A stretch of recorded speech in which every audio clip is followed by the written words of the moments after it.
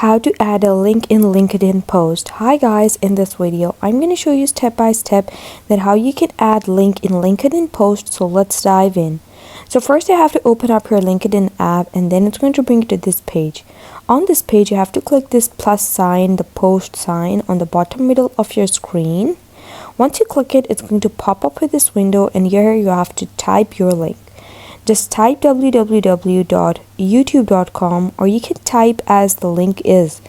Whatever link you want to paste, just paste it and then press enter on your keyboard.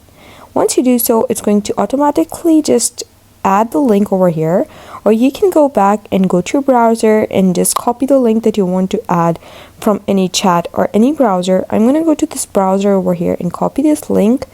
Just click this link over here, and then you have to click copy.